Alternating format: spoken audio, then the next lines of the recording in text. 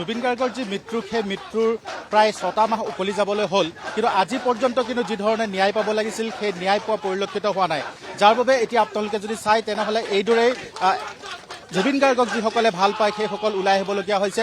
আপোনালোকক দেখুৱাইছোঁ চচলৰ পৰা পোনে পোনে দেখুৱাবলৈ চেষ্টা কৰিছোঁ যে অসম জাতীয় পৰিষদৰ যি এক গণ সত্যাগ্ৰহ কাৰ্যসূচী তেওঁলোকে গ্ৰহণ কৰিছে আৰু ইয়াত তেওঁলোকে বিচাৰিছে যে জুবিন গাৰ্গৰ যি বিচাৰ প্ৰক্ৰিয়া সেই বিচাৰ প্ৰক্ৰিয়া অতি সোনকালে সমাপ্ত কৰিব লাগে আৰু দোষীক শাস্তি প্ৰদান কৰিব লাগে। যিহেতু দলৰ সভাপতি আমাৰ সৈতে আছে, মই তেওঁৰ ওচৰলৈ যাবলৈ চেষ্টা কৰিম আৰু তেওঁৰ প্ৰতিক্ৰিয়া ল'বলৈ চেষ্টা কৰিম। ষ্ট্ৰেটেজিকেলি কয় যে মই খেলিবলৈ এটা নিশ্চয় খেলিম। যিহেতু মই আশাবাদী, মই অত্যন্ত আশাবাদী, গভীৰভাৱে আশাবাদী।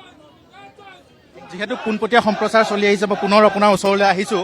আজি দেখিছোঁ যে 6টা মাহ উকলি যাবলৈ হ'ল, কিন্তু জুবিন গাৰ্গে যি ধৰণে ন্যায় পাব লাগিছিল, তেওঁৰ পৰিয়ালে যি ধৰণে ন্যায় পাব লাগিছিল সেই ন্যায় কিন্তু আমি দেখা নাই। তাৰ বিপৰীতে আমি দেখিছোঁ যে চৰকাৰে বিভিন্ন ধৰণৰ কথাহে কৈ থকা পৰিলক্ষিত হৈছে। চাওক, চৰকাৰৰ ভূমিকাটো জুবিনদাৰ হত্যাৰ ন্যায়ৰ ক্ষেত্ৰত অতি দুৰ্ভাগ্যজনক, ৰহস্যজনক বুলি মই নকওঁ, অত্যন্ত দুৰ্ভাগ্যজনক। আৰম্ভণিৰে পৰা যি ধৰণে তেওঁলোকে গোটেই বিষয়টো আগবঢ়াই লৈ যাব লাগিছিল ন্যায় প্ৰাপ্তিৰ কাৰণে, তেওঁলোকে 16 অক্টোবৰত প্ৰথম ফাষ্ট ট্ৰেক কোৰ্টৰ কথা কৈছিল।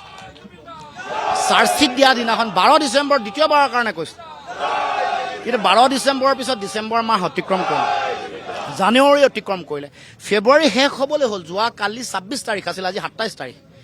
গতিকে এই যে 3 মাহ পেলাই থৈ দিলে, কাৰণ কি?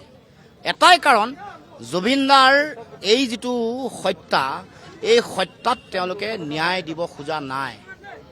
তেওঁলোকে তেওঁলোকৰ কাম কাজবোৰে এই কথা প্ৰমাণ কৰে। ফাৰ্ষ্ট ট্ৰেক কোৰ্টত যদি মুখ্যমন্ত্ৰীয়ে নিজ মুখেৰে ক'ব পাৰিছে যে ইয়াত যদি মানে অপৰাধীয়ে সুৰুঙালৈ জামিন লৈ যায়, আমি ক'বলগীয়া নাই। তাৰমানে এই কথা প্ৰমাণ কৰিছে তেওঁলোকে চাৰ্জশ্বীটখন শক্তিশালী কৰা নাই, পানী নসৰকা বিধৰ চাৰ্জশ্বীট হোৱা নাই, এই কথা তেওঁৰ কথাই প্ৰমাণ কৰি দিছে। আৰু সেইকাৰণে তেওঁলোকে জানে যে ফাৰ্ষ্ট ট্ৰেক কোৰ্ট হ'লে তেওঁলোকে পাব লগা ন্যায়টো দিব নোৱাৰে। তেওঁলোকে কৈছিলে যে নিৰ্বাচনৰ আগত যদি জুবিনদাৰ হত্যাৰ ন্যায় দিব নোৱাৰে, তেতিয়াহ'লে তেওঁলোকে নিৰ্বাচনত তেওঁলোকক ভোট দিব নালাগে। আমি আজি পুনৰ কৈছোঁ যে তেওঁলোকে নিৰ্বাচনৰ আগত জুবিনদাৰ ন্যায় দিব নোৱাৰে, নিদিওঁ বুলিয়ে দিয়া নাই। সেইকাৰণে ফাৰ্ষ্ট ট্ৰেক কোৰ্ট নিৰ্বাচনৰ অধিসূচনা জাৰি কৰিবলৈ 15 দিনৰ আগত তেওঁলোকে এই কামটো কৰিছে। আমি কৈছোঁ যে 26 চনত চৰকাৰ সলনি হ'ব। চৰকাৰ সলনি হোৱাৰ লগে লগে আমি জুবিনদাৰ হত্যাৰ এই বিষয়টো আমি নিজা উদ্যোগত তদন্ত কৰিম আৰু জুবিনদাৰ হত্যাৰ যিসকল হত্যাকাৰী প্ৰত্যেকে শাস্তি পাবই, ন্যায় দিমেই। আৰু জুবিন ক্ষেত্ৰ, সমাধি ক্ষেত্ৰ সৰ্বাংগ সুন্দৰ বিশ্বমানৰ কৰিবৰ কাৰণে বহু দিনৰ দাবী, কিন্তু আজিলৈকে একো কৰা নাই। 3 মাহ পাৰ হৈ গ'ল, পৰিকল্পনাটোকে অসমৰ ৰাইজক দিব পৰা নাই। আমি অসমৰ ৰাইজক কথা দিছোঁ, চৰকাৰ হ'লে সমাধি ক্ষেত্ৰ পৃথিৱীৰ বিভিন্ন প্ৰান্তৰ পৰা শিল্পী আৰু মানুহে আহি ক'ব যে অসমীয়া জাতিয়ে প্ৰাণৰ শিল্পীগৰাকীক, জাতীয় সম্পদগৰাকীক দিব লগা মান মৰ্যাদা স্বাভিমান সকলো দিছে, সৰ্বাংগ সুন্দৰকৈ গঢ়ি তুলিছে। আৰু কালি মুখ্যমন্ত্ৰীয়ে নিজেই কৈছে যে পৰিয়ালে বিচৰাৰ বাবে তেওঁলোকে ফাষ্ট ট্ৰেক গঠনৰ বাবে আবেদন কৰিব। মুখ্যমন্ত্ৰীৰ কথা মই ধৰিব পৰা নাই কি কথা, কোনোবাই বিচৰা নিবিচৰাৰ ওপৰত কি কথা। প্ৰথম কথাটো শাস্তি দিব নে নিদিয়ে, হত্যাকাৰীয়ে শাস্তি পাব লাগিব। শাস্তি পাবৰ কাৰণে যি ৰাস্তা আছে, নহ'লে সাধাৰণতে ন্যায়ালয়ত বহুত দীঘলীয়া হয় গোটেই কথাটো। সাক্ষীও বহুত 400তকৈ বেছি সাক্ষী আছে। এই 400 সাক্ষীৰ কথা এগৰাকী অধিবক্তাই কোৱাৰ দৰে 400 সাক্ষীৰ যদি সাক্ষী লৈ গোটেই বিচাৰ প্ৰক্ৰিয়াটো সম্পূৰ্ণ কৰিব লাগে, অধিবক্তাগৰাকীৰ ভাষাতে 20 বছৰ মিনিমাম লাগিব। গতিকে ৰাইজে বিচাৰিছে ফাষ্ট ট্ৰেক কোৰ্ট, আৰু ন্যায় পাবৰ কাৰণে যিখন কোৰ্টত ন্যায় লাগে আৰু সোনকালে পাবৰ কাৰণে য'ত লাগে সেইটোৱে কৰিব লাগিব। আমাৰ আহ্বান, জনগণৰ আহ্বান, পৰিয়ালৰ আহ্বান, পত্নীৰ আহ্বান থাকিবই, কিন্তু দায়িত্ব অসমৰ গাৰ্জেন হিচাপে, অসমৰ সাংবিধানিক মুৰব্বী হিচাপে তেওঁৰ দায়িত্ব হ'ল জাতীয় সম্পদ এগৰাকীৰ হত্যাৰ ন্যায় বিচাৰ কৰা, ন্যায় প্ৰদান কৰা। গতিকে এই ক্ষেত্ৰত মুখ্যমন্ত্ৰীৰ বক্তব্য, মুখ্যমন্ত্ৰীৰ কাম কাজ অত্যন্ত দুৰ্ভাগ্যজনক।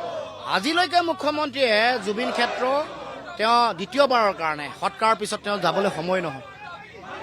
আজিলৈকে দেশৰ প্ৰধানমন্ত্ৰী, গৃহমন্ত্ৰীয়ে অসমলৈ তিনিবাৰ আহিলে, জুবিন ক্ষেত্ৰলৈ যাবলৈ তেওঁলোকৰ সময় নহ'ল। আজিলৈকে এটাও বক্তব্যত দেশৰ প্ৰধানমন্ত্ৰী, গৃহমন্ত্ৰীয়ে জুবিনদাৰ নাম এবাৰো নল'লে, স্মৰণ নকৰিলে। আৰু আজিলৈকে অসমৰ মুখ্যমন্ত্ৰী জুবিনদাৰ শেষ ছবিখন ৰৈ ৰৈ বিনালে চাবলৈ সময় নহয়। এয়াই মুখ্যমন্ত্ৰী জুবিনদাৰ প্ৰতি থকা তেওঁলোকৰ মানে তেওঁলোকৰ ভাল পোৱা, এয়াই তেওঁলোকৰ দায়িত্ব আৰু দায়বদ্ধতা। অক্টোবৰ মাহতে প্ৰথম মুখ্যমন্ত্ৰীয়ে কৈছিলে যে ফাষ্ট ট্ৰেক আদালতৰ ব্যৱস্থা কৰা হ'ব, কিন্তু এতিয়া এই ইমান মাহ যে লাগিলে, ইয়াৰ আঁৰত কি বুলি ভাবে? ইয়াৰ আঁৰত ৰাজনৈতিক উদ্দেশ্য। বেলেগক ৰাজনীতি কৰিবলৈ মানা কৰি আটাইতকৈ বেছি অসমৰ মুখ্যমন্ত্ৰীয়ে ৰাজনীতি কৰি আছে। সেই সময়তো যেতিয়া তেওঁৰ মৃতদেহ লৈ অহা হৈছিল, তেওঁৰ নশ্বৰ দেহ কঢ়িয়াই লৈ অহা হৈছিল, তেতিয়াও বহু ধৰণৰ ৰাজনীতি কৰিছিল। সেই সময়ত কোৱাটো উচিত নাছিল, কাৰণ অসমৰ ৰাইজ আৱেগিক হৈ আছিল। সেই সময়ত তেওঁ কি কৈছিল, চাৰ্টাৰ্ড ফ্লাইটত তেওঁলোকে লৈ আহিব, নানিলে।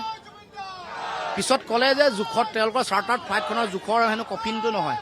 তেওঁলোকৰ কি এনেকুৱা এক্সটাৰ্নেল এফেয়াৰ্ছ মিনিষ্ট্ৰীৰ অফিচাৰ আছে যি নেকি তেওঁলোকে কফিনৰ চাইজ দিব নোৱাৰে, সেই হিচাপত চাৰ্টাৰ্ড ফ্লাইট যোগাৰ কৰিব নোৱাৰে নে? তেওঁ মুখ্যমন্ত্ৰীয়ে চাৰ্টাৰ্ড ফ্লাইটখন নিজৰ পিতৃপক্ষ পূজা ডেৰাডুনত কৰিবলৈ যোৱাৰ কাৰণে তেওঁ অসমলৈ জুবিনদাৰ নশ্বৰ দেহটো লৈ নাহিলে নেকি? এই কথাও মানুহৰ মাজত আলোচনা হৈছে, এই প্ৰশ্নও মানুহৰ আছে। নিশ্চয়কৈ ধন্যবাদ জনাইছোঁ। নিশ্চয়কৈ সেয়াই আছিলে অসম জাতীয় পৰিষদৰ সভাপতিগৰাকীৰ মন্তব্য। কেতবোৰ গুৰুত্বপূৰ্ণ অভিযোগ তেওঁ উত্থাপন কৰিছে, আৰু যিসমূহ অভিযোগ উত্থাপন কৰিছে সেয়া স্বাভাৱিক। আৰু এই মুহূৰ্তত ধীৰাজ হাজৰিকা আপোনাক ধন্যবাদ জ্ঞাপন কৰিছোঁ।